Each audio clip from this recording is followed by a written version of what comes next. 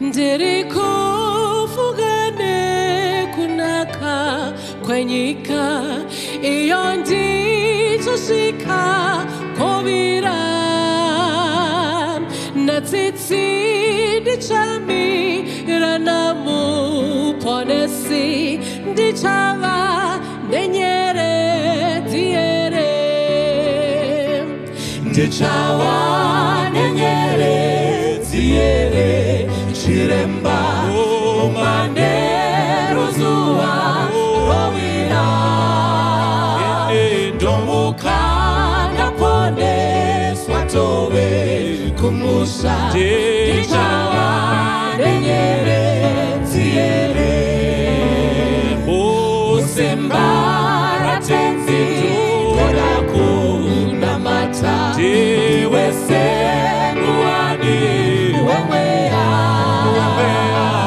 nyeredzi yakunge yainga weyangu pamosi unotyisa kwazvo chiremba ndichawa nenyeredzi here chiremba manero zuva rovira ndomuka ndaponeswa tove kumusha ndichava nenyeredzi here ndichafara kuona usi wa Jesu ndomupa rukudzo narini zichandifadza musha wendarama kuti ndikawana nyeredzi ndichawa nenyeredzi here chiremba manero zuva rovira ndomuka ndaponeswa tove kumusha ndichawa nenyeredzi here ndichawa nenyeredzi here chiremba mumanero zuva rovira ndomuka ndaponeswa tove kumusha ndichawa nenyeredzi here ndichawa nenyeredzi here chiremba mumanero zuva rovira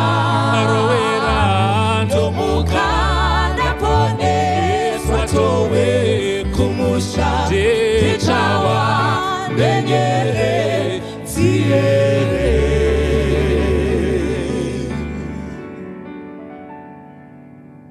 Mwari ngavatiwanire nyasha.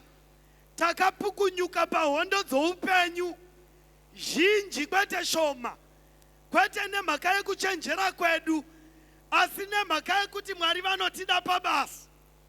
Pane njodzi zhinji dzatakapukunyuswa naMwari, dzimwe tikasahwisisa zvakatiwira mukati meupenyu, tikafunga kuti Mwari vatiregerera tiri mukati mehondo dzoupenyu, asi Mwari ane chinangwa chokuponesa. Ini ndine njodzi dzinokwanana dzandakabvutwa madziri naMwari. One day ndikazviudza kuti dai dzisiri nyasha dzaMwari, pamwe pose kutaura kuno ndisingavoni zvachose. Dai dzisiri nyasha dzaMwari, ndingadai ndakafa. Vamwe vazhinji vakafa muCovid, iwe ukasara ukatombobatwa neCovid. Nanhasi uri pakati pevapenyu. Hauna kusigwa kurera vana, hauna kusigwa kuchengeta murume, hauna kusigwa kurima muminda. Wakasigwa kubvuta chiri kurarama chiri muchivi. Ndonyasha dzaMwari dzanotiponesera. Mamwe maponesera aMwari anoshisa.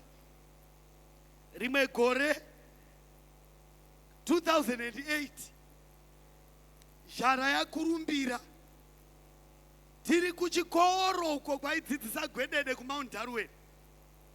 Maria ticha ichiti ukauya muHarare kudzokera Mount Darwin haichatokwani.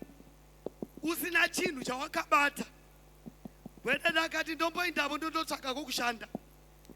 Ndobva ndasimuka mukoma wemasvingo akati uya utore upfu namafuta evana. Ndikaenda mumunda ndikandotsvaga derere, ndikabika poto yakazara derere.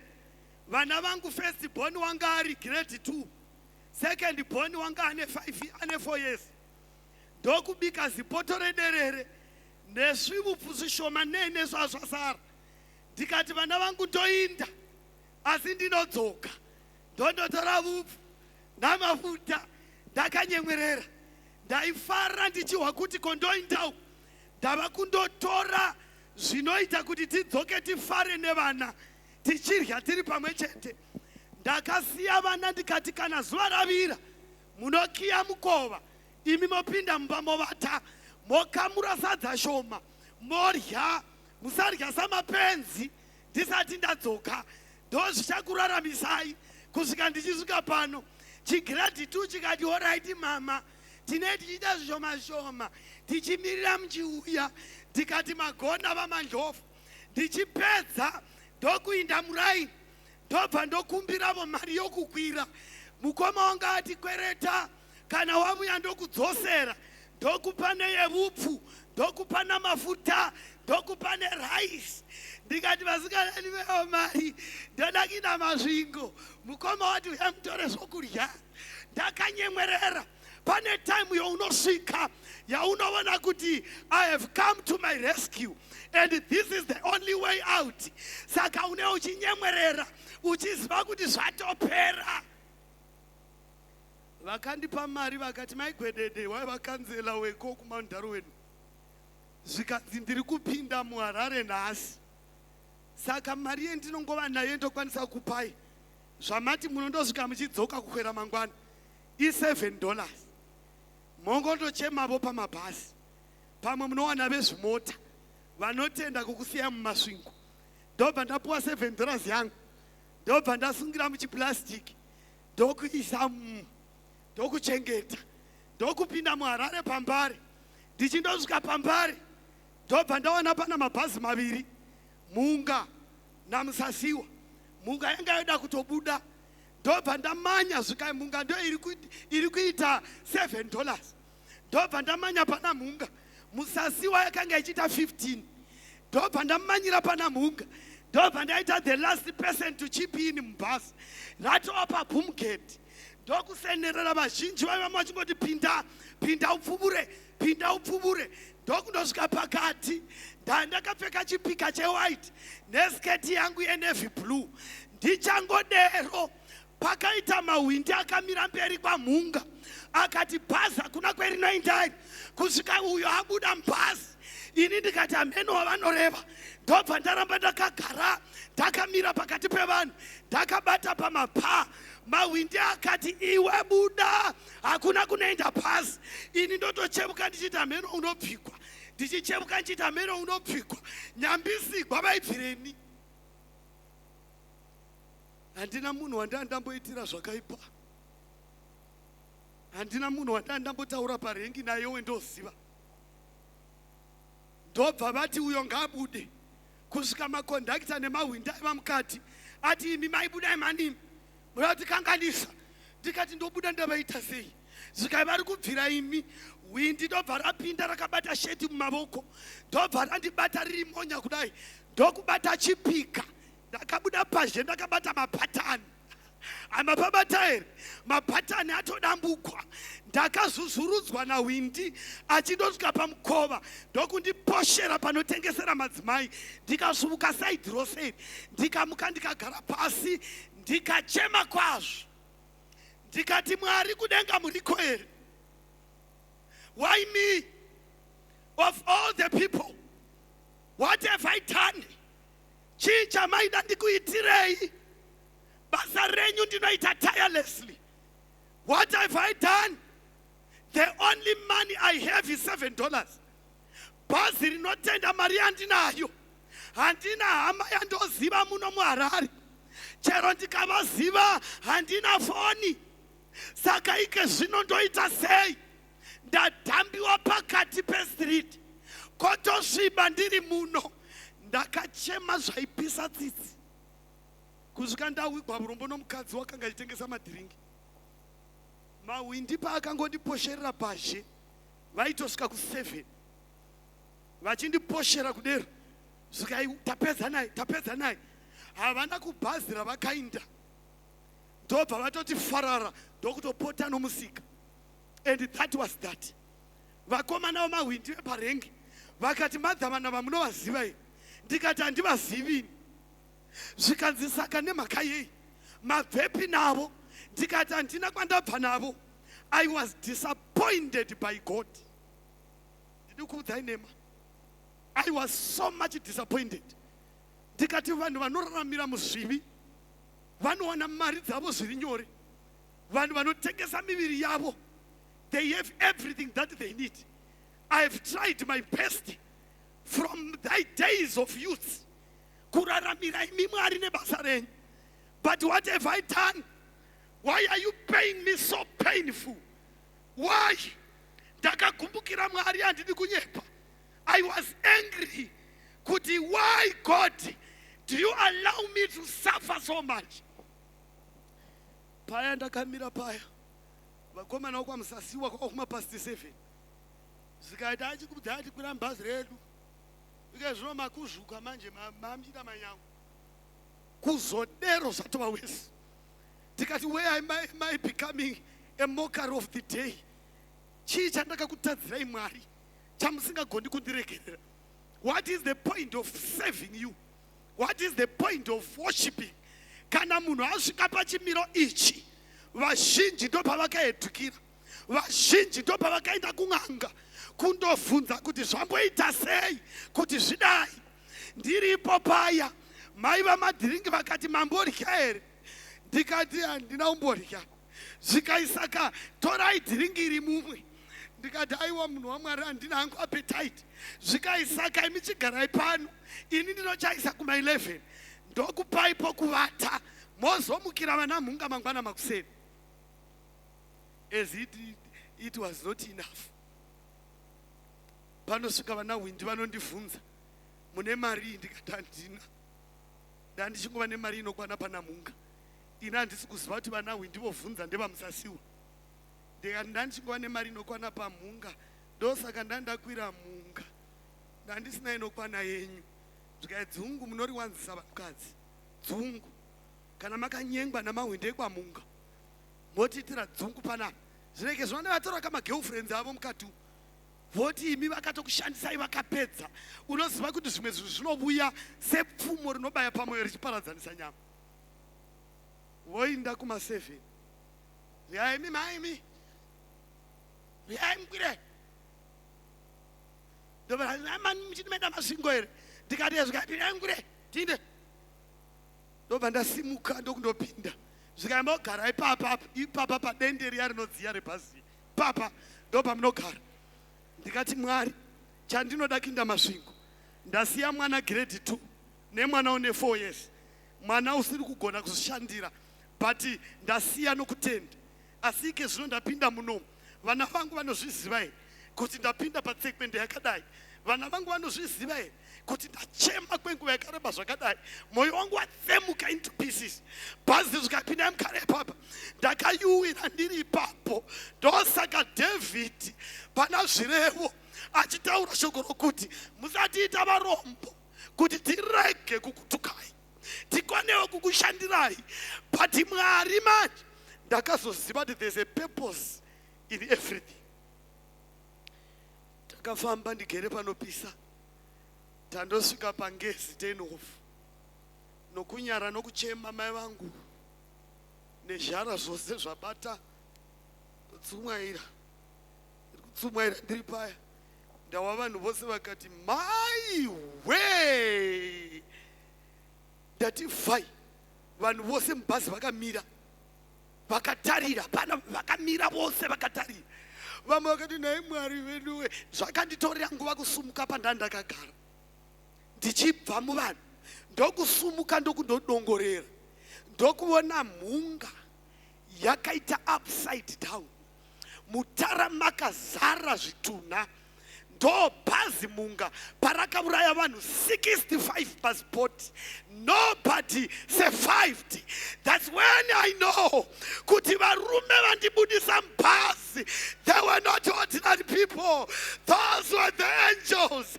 Vakauya ine fomu yemahwindi. Hadzisi nyaya dzose dzinouya mukati meupenyu hwedu samadisadvantages.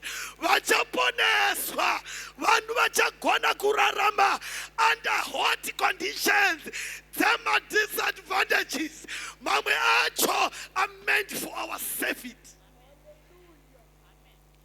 Ndandatoa pakati pavanhu ndikati Mwari maitei. Chokutanga ndakati sorry Mwari, sorry Mwari, sorry. Ndakanga ndiri mumwe wamadzimai vakanga vakashinga kubatirana zvitunha tichinoisa paside perodi, tichibatirana zvitunha tichinoisa paside perodi.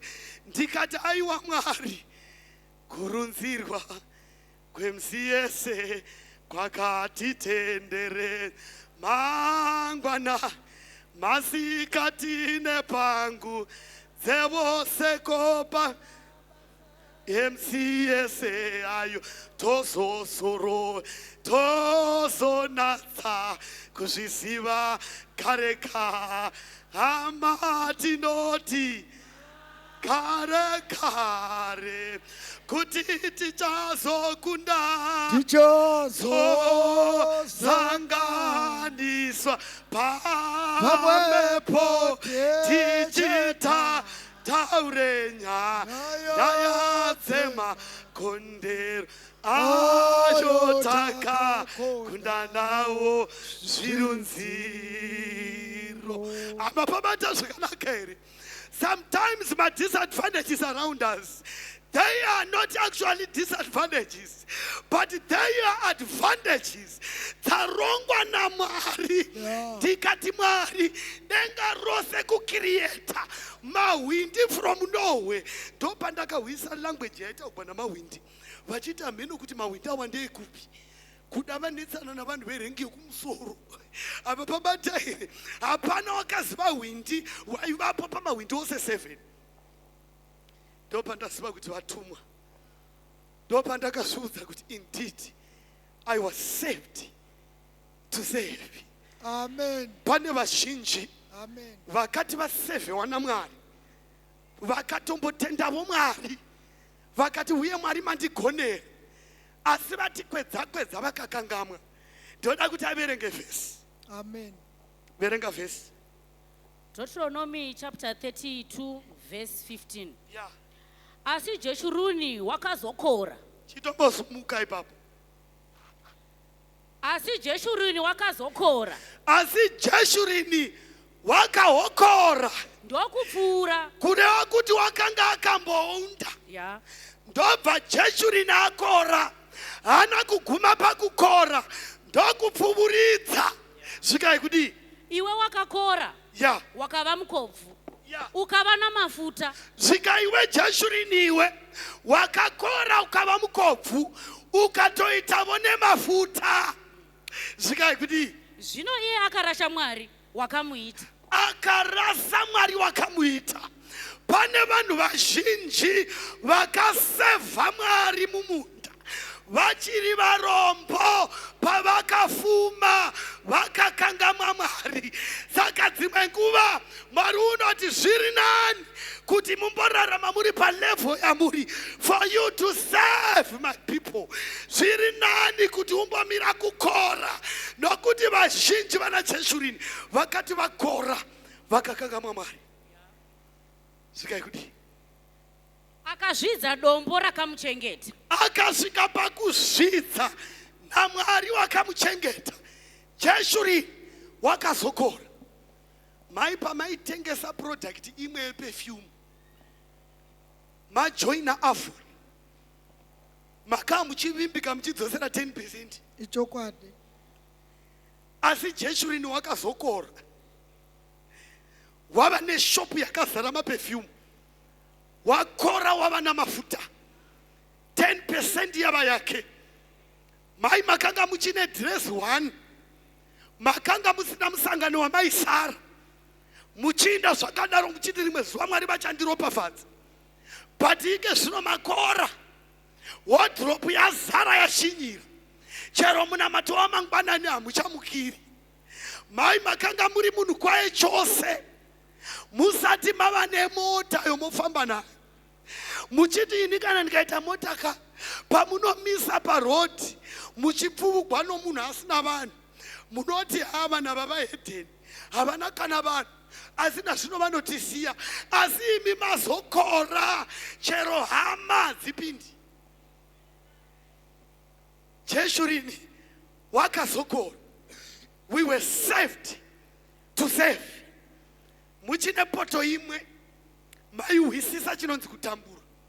Ike zvino maane poto nhatu, munoti nhamo une vasikana.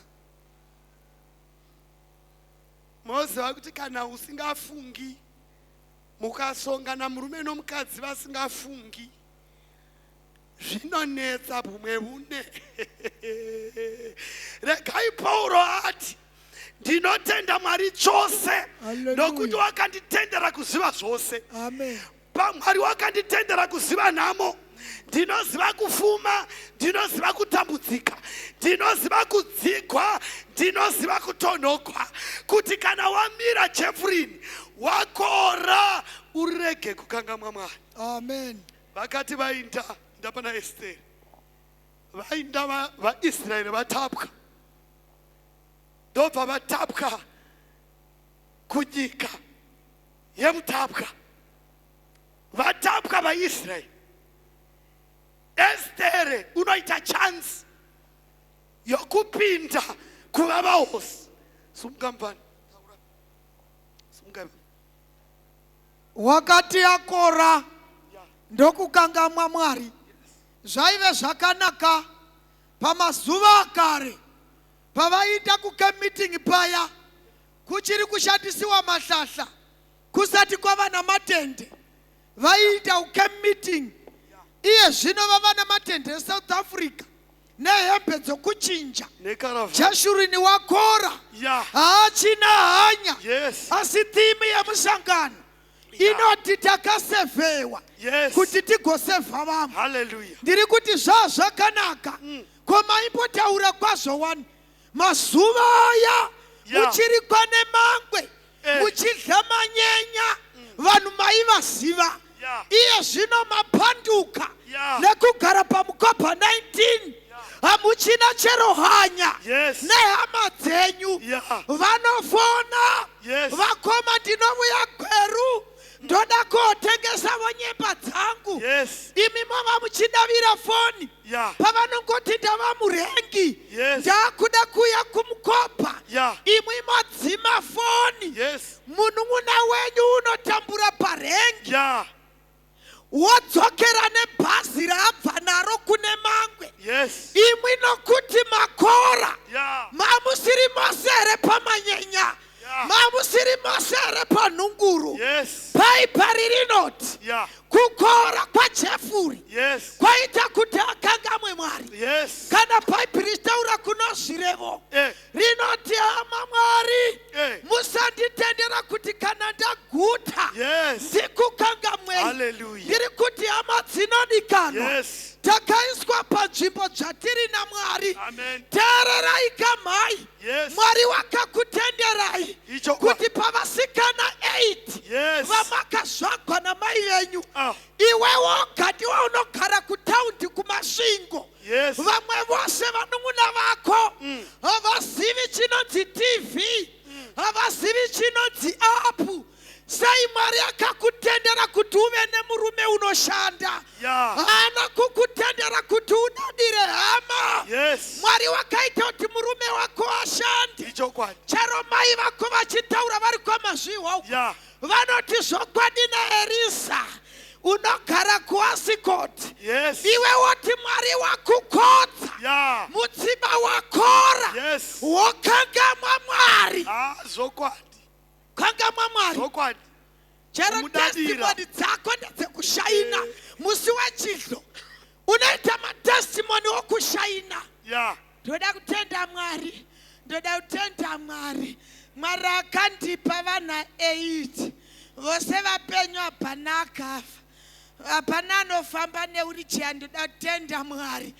Jeshuri wakora. Zvokwadi. Kana Mwari akakupa murume, wadiwa kushandira Mwari.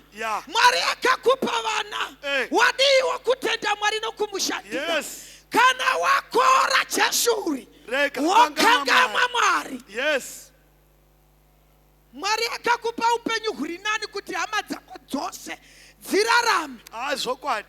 Iye zvino kaona please ko wotodzima foni nokuti wakoraka wazvikangamwa zvakwasovono zviya. Siketi yaikwirira rimwe divi yakaderera uchienda pachikoro paya. Iye zvino Mwari wakuisa panzvimbo iri nani kuti iwe vamwe vaponeswe.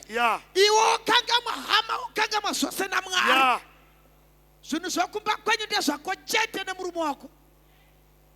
Ende akangamwi Mwari chete.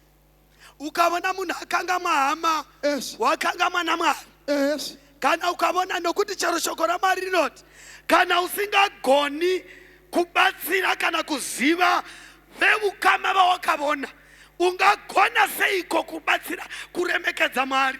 Iwe uchifeira hama dzako. Pane pakawanda pakakora vanhu vakapedzisira vasisina une simba pamusoro pake. Umwe Jeshuri wakabva kumba kwake ane shafu inenge yekondo yakatetepa kudai, achipfeka dress size 28 ne26. Asi Jeshuri wakati akora, mudhara wakaiswa pakona mumba make makakorera Jeshuri. Mamwe mafuta ozora wakanga usingamazori pamazuva ekwamai vako, asi ke zvino unogara dare rokufumura murume wako kuhama dzako. Wakora Jeffrey. Kwete izvozvo zvoga vakora. Regai tidzidzeka. Uripo kamusikana uyu wakaisiwa pakanaka naMwari.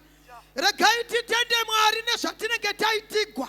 Paripo mukadzi uyu pakukura kwake Esther ndo waipfeka masaizi 26, asi Mwari wakamurangarira mukati medzinza rekwa Esther.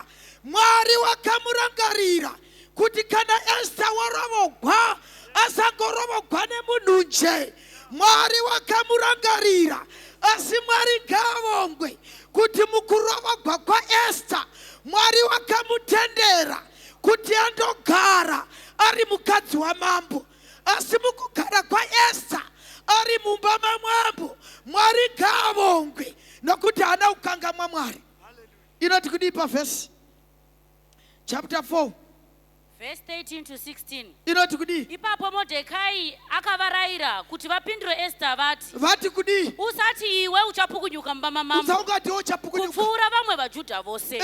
Nokuti kana iwe ukanyarara chose nenguva ino, navaJudha vachabatsirwa nokurwirwa nomumwe mutovo, asi iwe neimba yababa vako muchaparadzwa. Inozikamwa nyaya iyi kwabuda shoko naHamani tichigura tichichengeta nguva. Shoko rauya naHamani uri kuisa pachena vaJudha vose vanofanira kufa. Hamani achitaura mashoko aya, teererai vatendi. Pane urongwa hwakawanda naDhiabhurosi mukati memichato yedu, mukati memadzinza. Satani uri kuronga kuti kana zvichibvira mukati memhuri yekwenyu kushaikwe kana benzi rimwe richaponeswa. Saka Hamani unoronga kunonyogwa tsamba dzinoisiwa chidindo. Mutemo waivepo zvangonyogwa zvikadhindiwa hazvidzokeri sure. Modhekai achifanira kufa, kwete iye woga asina maJudha wose. Vhesi inotiyo Modhekai achiwa mashoko aya nekuti waizviziva kuti tina Esther uri mukati meumba yeumambo. Kugadziwa kwakaisiwa Esther mumba mamambo haana kuisigwa kudya zvinozipa, haana kugarira kuwachira mambo. Waiva akaisigwa naMwari kuti dzinza rokwavo rinofanira kuponeswa. Ndopaverengwa kwai ndokutumigwa shoko Mordecai akati kuna Esther wazviwa ere zvikaina Esther kuti kudii zvikanzi Hamani wadonyoresa tsamba yatodhindiwa kwai maJudha ose anofanira kufa. Esther akarogwa nehana. Mordecai achitaura mashoko aya bhaibheri rinoti Mordecai wakapinda pakutsanya akachema akazora madota wotumira shoko kuna Esther waiwa here yerufu iwe ukanyarara uchiti mutsiba zvawakora nekuti ugere namambo nyaya yerufu iyi newe uri muJudha. Ipapa yachuma Mordecai awa unoinda pamukova wetende raEsther unopfeka magumbu namasaga unochema achibudza varindi kuti svitsai shoko kuna Esther kuti wazviwa here. Esther unobuda mukati meimba yamambo unondoguma pakati perimwe tende unodanidzira kunana Mordecai unoti dai mai munozviziva mose namaJudha kuti munhu aenda pamberi pamambo pamazuva iwo ano unofanira kuburawa. Mordecai ndopaanoti zvakanaka Esther usakangama kuti uri muJudha nokuti dhikiri yokufa kwedu chero zvako ukarya kuita pamberi pamambo asi ziva kuti musi watinofa newe unofa uri muJudha. Esther tokuti ifamba ipapo. Mordecai achitaura nyaya iyi achimuzivisa Esther kuti chero ukashaina urimo mumba mamambo nyaya yerufu iyi ziva kuti chero uri mukadzi wamambo newe uri muJudha. Saka musi uchavuya rufu chero ukasatimiririra pamberi pemurume wako zvikanzi maJudha nhasi ose anofa chero newe uchafa ndo musi wauchasiya mambo. Ukaverenga bhaibheri zvakanaka Esther unotumira shoko wati neniwo ndichapinda pakutsanya neni ndicharega kudya imwi muchanamata neni ndichanamata. Teerera mutende paifanira kundomira Esther kuti amirire vaJudha paipisa pasina kuchipa paifanira kundomira Esther kuti amiririre maJudha paitora upenyu hwake kuti afe. Asi Esther wakazvipira kuti kufa kana kurarama dzinza rokwangu rinofanira kusevhewa kana risina kusevhewa tichafa musi wose. Esther wakazvipira kunomira pamberi pamambo. Mutemo waivapo waiti kana munhu akamira pamberi pamambo kana mambo akasatendeka nzvimbo yake unofanira kufira ipapo. Esther unozvipira kuti kutendekwa kwesvimbo kana kurega hama dzangu dzinofanira kupona. Esther unomuka mangwanani uchiri papo mufana vamba rega ndimboidzosa kwatiri zvishoma vamba. Esther dai akaramba ari mukati chero Israeri yaifa iye wanga asiri safe. Regai ndikuudzei vana vaMwari vhangeri ramakaramba kuparidza iri vhangeri ramakaramba kusapota iri vhangeri ramakaramba kupinda mariri you are not safe nokuti you are the Jews. We are those Adventists vakatarikwa kubvisa nhema munyika vachiisa zvokwadi tomira hunge tinavo hunge tisinavo. Where battle lines should be drawn, Adventists should draw battle lines against this world. Mwari ngavatibetsere ende chero ukarega Esther kufamba mukati meshoko raMwari chero ukabatana nenyika pazviito zvayo asi rega ndikuvudze panofa Israeri newe unofa. Wakaramba kuparidza vhangeri kuvaiteni pavachaparadzwa newe Esther unoparadzwa. Haleluya. Saka Esther wakazviziva akati zvingabetserei kuti ndive mukadzi wamambo pakupedzisira denga richikona. Saka Esther unozvipira kuti chero zvichivurayisa ndichandomira pamberi pamambo. Unomuka mangwanani achinomira pamberi pamambo. Murume wake achisumudza chiso. Unoona Esther achimira panguva isina kufanira. Mwari achida kuponesa rudzi rwamajudha.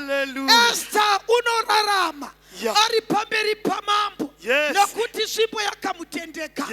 Kutendekwa kwakaita svimbo zvakaratidza kupinda pabasa kwaEsther. Hakuna umwe munhu wakanga ane kodzero yokundomira pakamira Esther. Kushekwa iye chete. Ndiri kuti hama dzinodikanwa. Hapana uchaparidzira hama dzako kana iwe ukasaparidza. Hapana uchaparidzira mai vako kana iwe ukasaparidza.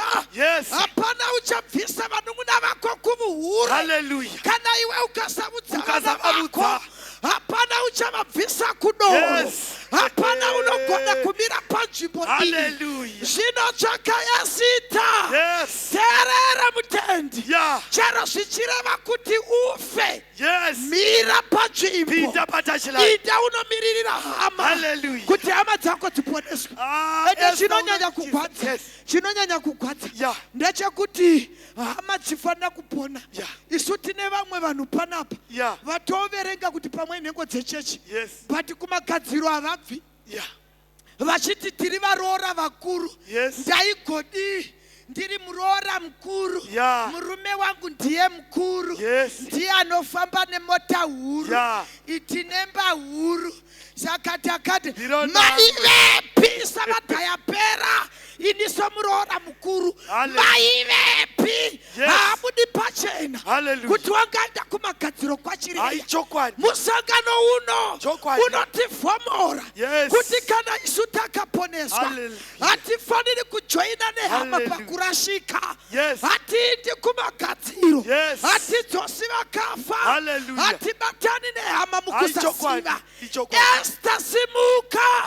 Hama dzako dziponeswe. Chinogwadza Esther wakaziva pokundomira pamberi pamambo.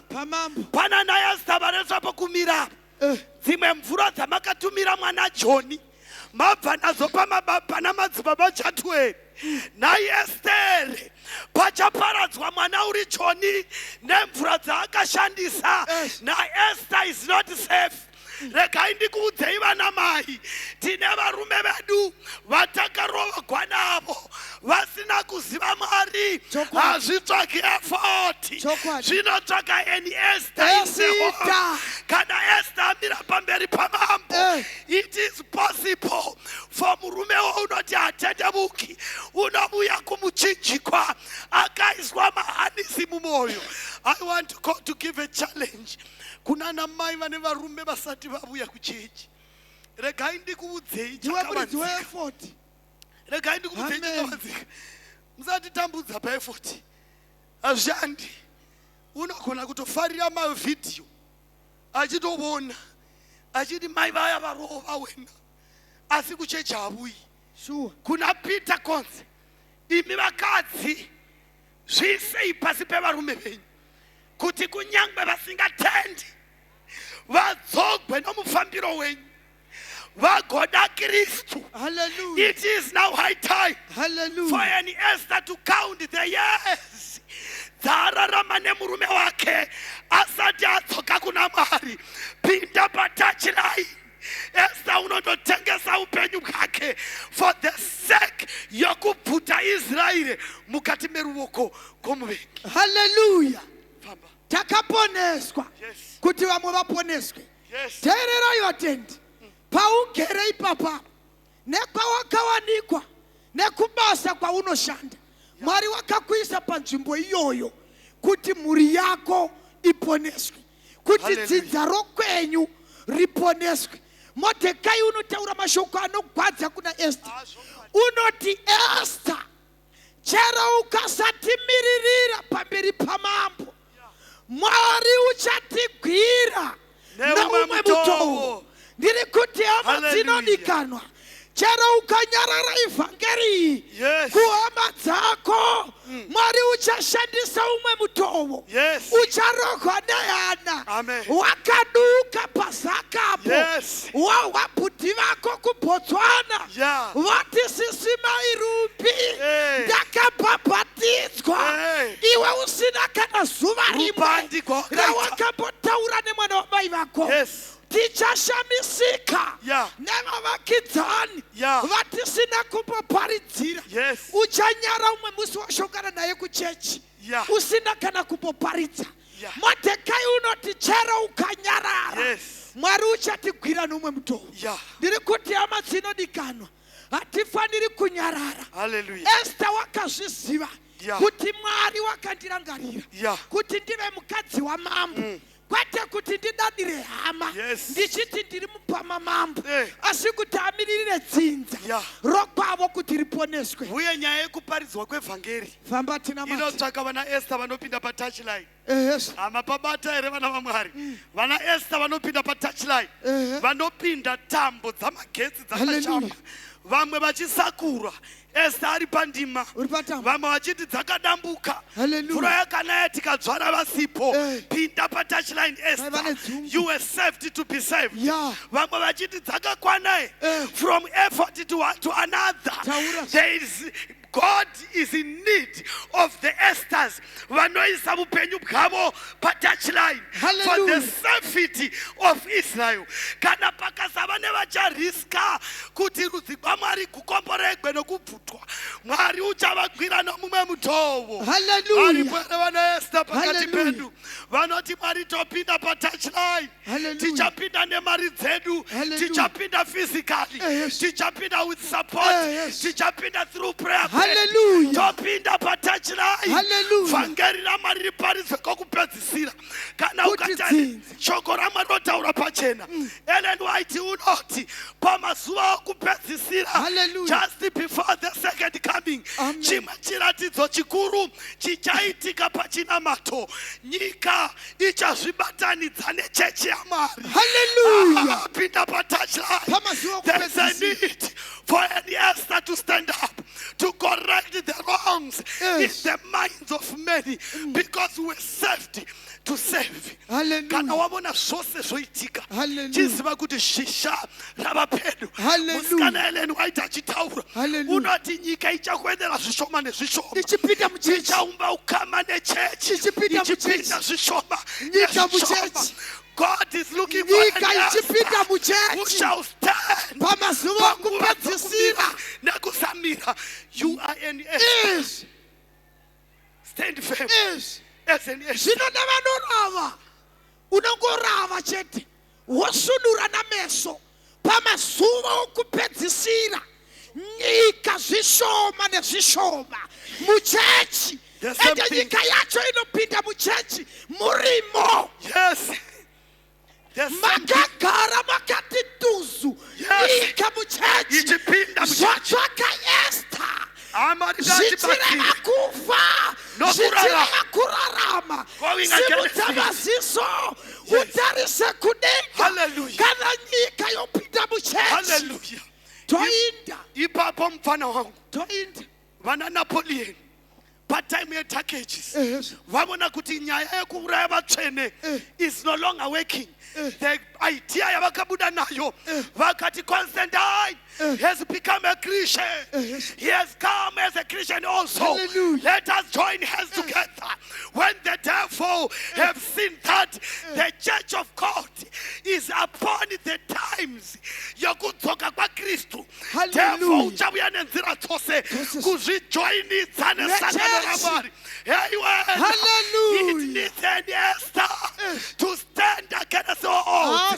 Mwari ngavatibetsere nokuti tiri mazuva akaipa. Pamazuva okupedzisira ihwa esi apa pachagarika patava zvichabviri hazviti kuti urambe wakagara Esther.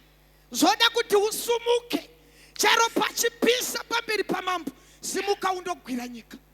Simuka ugwira nyika. Chokwadi chive chokwadi, nhema dzive nhema. Ndosaka takati zuro idzi nhema idzi dziri kupigwa vanhu mari zhinji. Vazhinji vanofanira kutaura chokwadi. Havangachitauri chokwadi ichi nokuti vari kupuwa mari. Hatitauri vanhu vekure, ndinotaura vamunogara navo. Zvone vanosumuka kumirira chokwadi. Esi tasumuka patava pakaipa. Magdala, Maria Magdalene, to correct the wrong. After Bakuru, vehondo nevose vabhadhakwa kuti vataure nhema pamberi penyika yose. Maria akati wamuka ndamuvona. Regai ndikuudzei vana mai, musi wapfuurawo takambotaura tikati Satani achida kushandisa kupandukira Mwari wakashandisa a woman, but Jesus corrected it. When God wanted to redeem humanity, he used a woman. Amapabata zvakanaka unobuya through a woman unoti handingazvakwi noumwe mutovo. Tarirai mhandara ichazvaramana, and together with him we are here. We have that power through Christ who gave us strength to correct the wrong. Ellen White wati chero chechi ya Mwari mumazuva iwawo ndakairatidzwa ikange yoita sokushumba kuputsika. Don't worry, and Esther shall arise and fight for the truth. Simuka correct what is wrong. God needs an Esther. You can lead to a prayer. Varume ndovo kubhadhagwa Maria achitaura chokwadi. Varume vachipiwa mari vavhara muromo vatsidzina maziso nyika ichipinda muchechi vachipiwa mari. Maria sumuka, Maria sumuka. Chara zvichireva kufa. Esther unoti ndinofa. Une moto wenyu here mai? Kana uchiri kuhlira upenyu pavhangeri. Hatindi newe. Pinda patouchline. Hatindi newe. Esther ukapinda patouchline. Hatindi newe. Hallelujah. And Esther arada kumirira chokwadi. It will not be easy. It is going to be a bump way, and you are going to suffer for the truth. But rekandi kuudze Esther, nyika ino vanhu vazhinji vakawanda. It is a woman. When a woman needs to correct a thing, she can stand still upon the truth and waiting for the second coming of Jesus. Put your life on the touchline. Desist pakuzvijoinidzana nyika ino nokuti kudanga kuna Mwari. Mari vaitavo toda kuti tinamate panoda vana teererai vana maizvi toda kunamata apa patavapa. Regai ndikuzivisei denga haripindiwi nemwende. Hakuna mgende ichapinda denga. Chokwadi. Hakuna vachabhadhagwa kutaura nhema vachapinda denga. Chokwadi. Ngati ndikuzivisei madzimai. Vose vane varume vanohura. Muchimiririra varume venyu muhure hwavo. Uchizviziva kuti murume wako ihure. Asi waisiwa pauyeri. Allows him to be. Unonyengeregwa nomurume. Uchitengegwa mota. Kuti usanditaura. Uchivharidzira muhure hwemurume wako. Iwe nomurume denga rakona. Kana uchida kuzopinda denga. Vudza nomunetingi pachena. Baba vana ukodzera kuti erida. Ndine zvinobatika. Hallelujah. Iwe unovhagwa nomurume netomato sauce. Uchivhara muhure hwemurume wako. Unogati isangano rokutamba naro iri rekuti munhu unobva kuvupobwe ari munyoro achizopa sangano chirwo. Iwe wakanyarara uchizviziva iwe. Imi mai imi munotifira iwe. Munotifira iwe. Apani mgende apa. Apa pachadi. Apani mgende. Sezvakaita Esther Mwari. Zvimwe zvacho zvinotourayisa. Ndoda kumirira nyika. But we need an Esther. God is looking for an Esther character. Kupinda patouchline. Varipo here vari pakati pedu. Vanoti Mwari ngaatibetsere. I want to be that Esther. To stand for the truth. Nguva dzinopisa nedzisingapisi. Mwari vandibetsere. Here comes the Esther. Mwari ngaatibetsere vatiitire nyasha. Pastor, can you come front and pray for the church of God? Because where we are going now, the road is very slippery. And the world is counting and calculating time. The devil knows time is no longer on our side. He knows time is no longer on his side. And he's trying his best to dilute and infiltrate the church of God. But I want you to pray for us as the Esthers, that one day from today we stand for the truth, pray for the truth, and pray for each and every of us to stand for the truth in good times, not in bad times. Please, Pastor, pray for us and give us and put us before the Savior.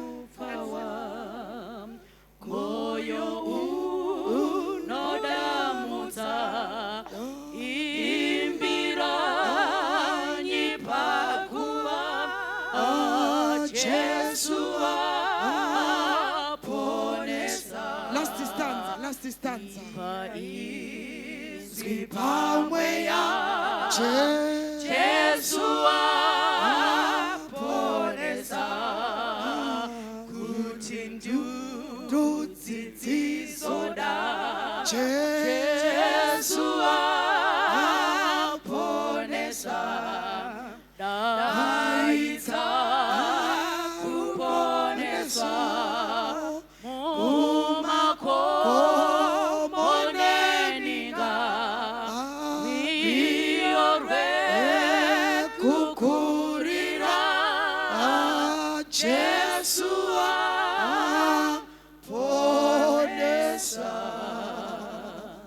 Hallelujah. Oh boy. Our Father, who art in heaven, this is powerful preaching. This is powerful preaching. I am just so emotional, I don't just know what to say.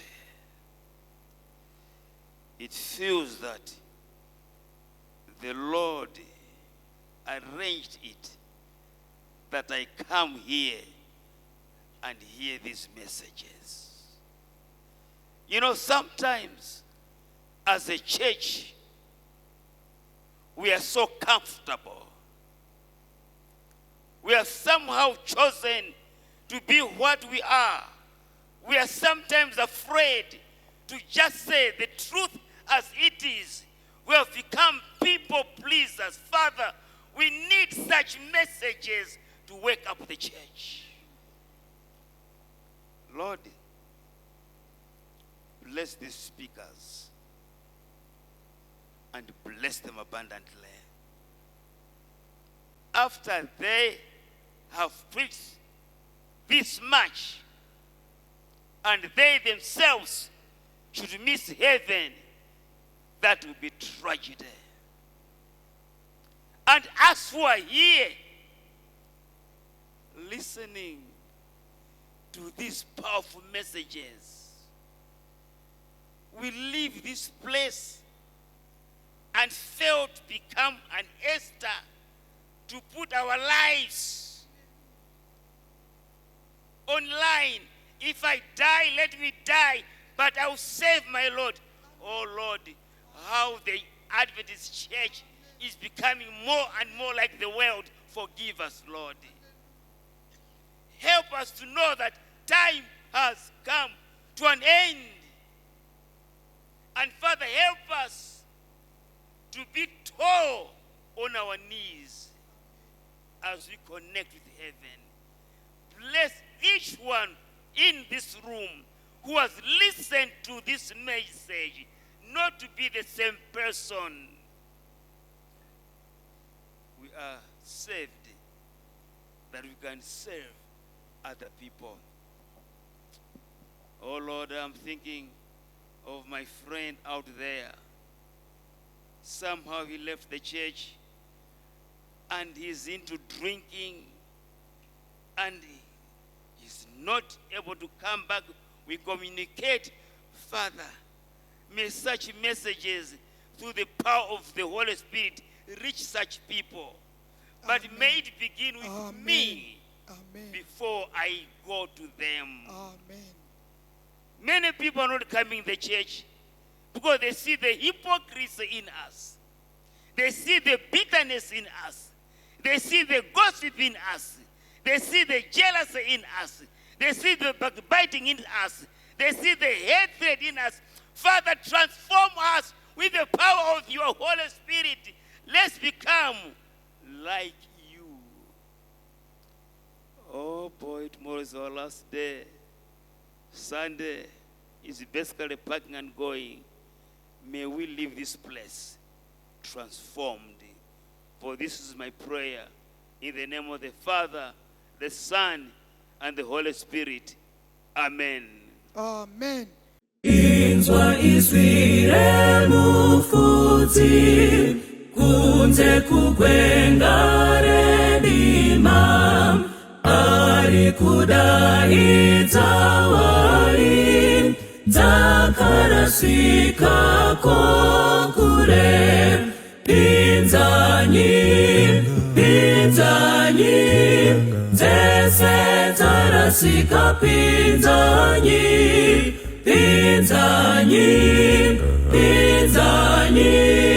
unza dzese kuna Jesu ndiani anobatsira mfudzi mukuru wemutsa kuti aone zaraswa nekudzipinza mudanga pinzanyi dzese dzarasika pinzanyi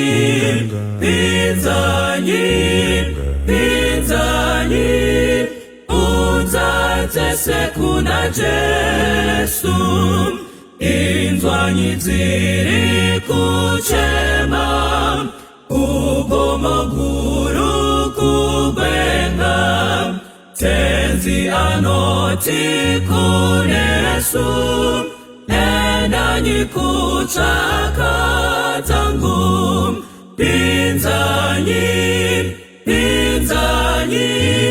dzese dzarasika pinzanyi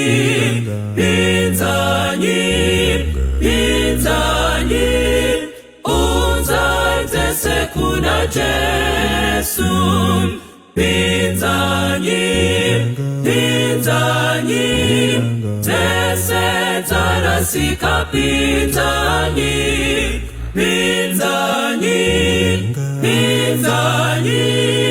unza dzese kuna Jesu.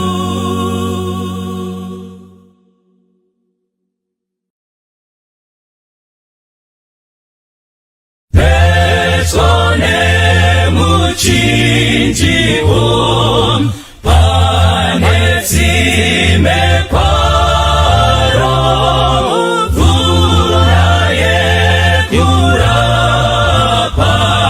iyo yabva kuna Jesu petso nemchinjiko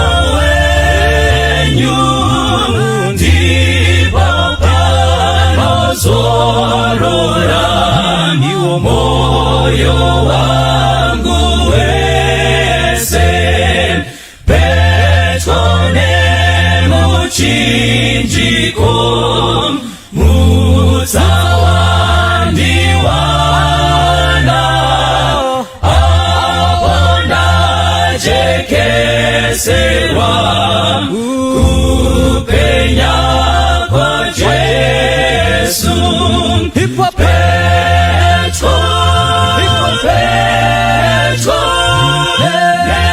nemchinjiko wenyu ndipo panozorora moyo wangu wese Petro nemuchinjiko ndomuona Jesu ndibatsire kufamba mumavute awo Petro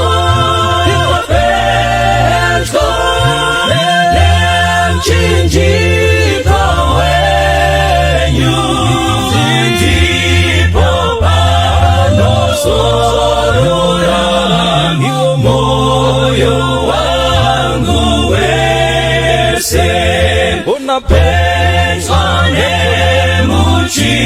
chinjiko noina noiba yakandizosika iyo kwerisi